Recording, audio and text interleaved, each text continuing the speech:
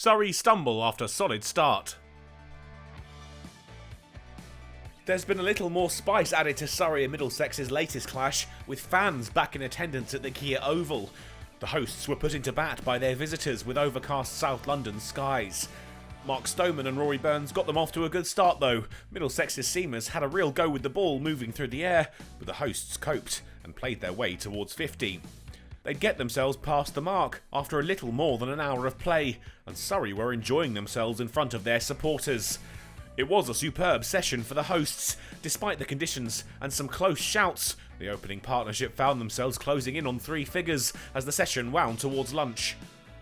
They'd get as far as 95 when the interval was taken, the hosts making the early going, and both openers just one shot away from a 50.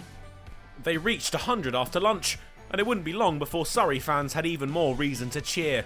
Stoneman, the first of the two openers to make his way to 50, this one his 59th in first-class cricket. Burns followed, the maker's name on display as he punched down the ground, a good way to mark his return to the England squad. His 50 came off 134 balls. There was finally some joy for the Middlesex openers. Cullen found Stoneman's edge, and the partnership was broken. Amler hadn't gotten off the mark when he lost his partner. Burns wrapped on the pads and out for 64. Ollie Pope couldn't reproduce the fine form that has marked his campaign so far, out for a duck when Anderson found his pads. It was a double wicket maiden for the bowler when he removed Folkes a few balls later. Surrey's serene start had given way to some Middlesex momentum. The wickets kept on tumbling. Smith was next to go, out caught at slip off the bowling of Helm.